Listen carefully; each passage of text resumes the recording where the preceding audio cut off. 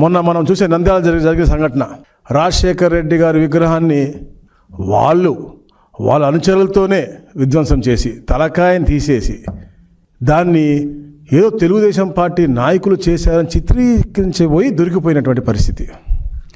వాళ్ళ సొంత మనిషి, వాళ్ళ మాజీ ఎమ్మెల్యే యొక్క సొంత మనిషి జంబులయ్య, మనం చూస్తూ ఉన్నాం. ఎలా తీసాడో మీరు చూడండి ఒకసారి వీడియో.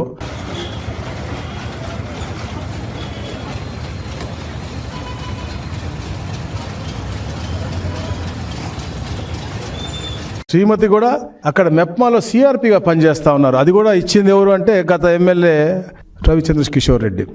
ఆవిడ 2019 నుంచి మెప్మాలో పనిచేస్తూ ఉన్నారు. ఇలాంటి వారు అసలు ఒక పార్టీకి అధినాయకుడుగానో అసలు ఉంటే అర్హత ఉందా అని అడుగుతా ఉన్నాను. ఎందుకంటే ఎక్కడన్నా వేరే గతంలో కూడా వీళ్ళ తండ్రికి వాళ్ళకు కూడా చరిత్ర ఉంది. హైదరాబాద్ ప్రశాంతంగా ఉంటే వేరే ముఖ్యమంత్రి ఉండకూడదు, అధిగమించాలని చెప్పే లక్ష్యంతో ఆ రోజుల్లో బతకల్లో సృష్టించిన చరిత్ర వాళ్ళ డిఎన్ఏలో ఉంది.